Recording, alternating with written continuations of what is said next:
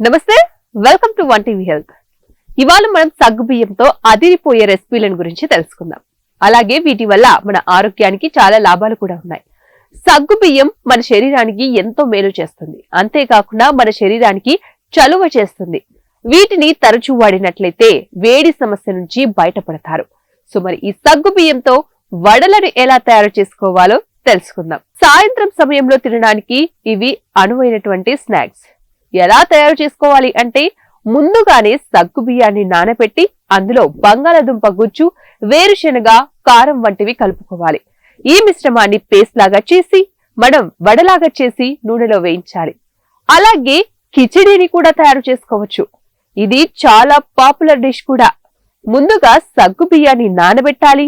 తర్వాత పోపుతో పాటు వేరుశెనగ, పొటాటో, వివిధ రకాల మసాలాలు వేసి వండుతారు.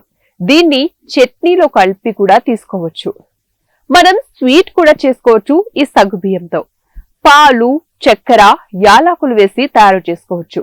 అలాగే ఇంకా డ్రై ఫ్రూట్స్ ని యాడ్ చేసుకున్నట్లయితే మరింత ఆరోగ్యం. అంతేకాకుండా ఈ సగ్గు బియ్యంని పొడిగా చేసి దాన్ని గోధుమ తదితర పిండి పదార్థాలతో కలిపి పరాటా లాగా కూడా చేయొచ్చు. ఇందులో సన్నగా తరిగిన ఉల్లిపాయలు, పచ్చిమిర్చి, ఉప్పు వేసి చేసుకోవచ్చు. ఇంకా చాలా రకాల డిషెస్ ని కూడా మనం చేసుకోవచ్చు.